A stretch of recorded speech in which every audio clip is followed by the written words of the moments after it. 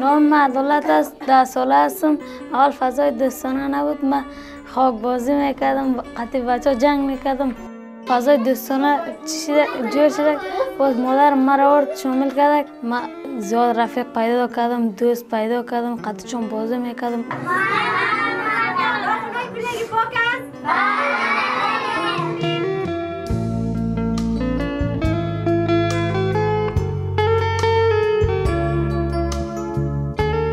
اول در اینجا بازی هم میکنم، گیم بازی میکنم، فوتبال بازی میکنم، نقاشی بازی میکنم. از تشناب بیرون میشیم، دوستا را بشوریم. یک سیب ناشسته تا نخوری باید.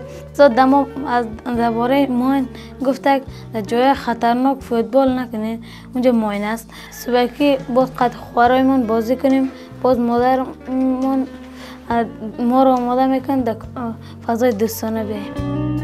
هدف از مکان دوستانه است که شاگردان ما، یعنی طفلکایی که در اینجا میآیند، آیندهشان خوبتر کنیم. مثلا بعضی از طفلا که در اینجا میآیند جرأت ندارند، ما از طریق روان اجتماعی میتونیم که در اونا یعنی خوبتر دیگه بفهمانیم، جرأتشان رو بالا ببریم. که بعضی از بازی‌هایی هستند که در طفلا جرأت میده که تو نمونا یعنی از گوشه‌گیری بیرون برن، میتونن که یک دیگه دوست شوند، جرأتشان بالا بره. حتی اینمی مکان دوستانه هم میتونه که مدت 6 ماهی که هسته در اینجا بچه‌ها خودشان آماده میکنن، بعد از 6 ماهی که از اینجا که رفتن در مکتب خودشان شامل کنن.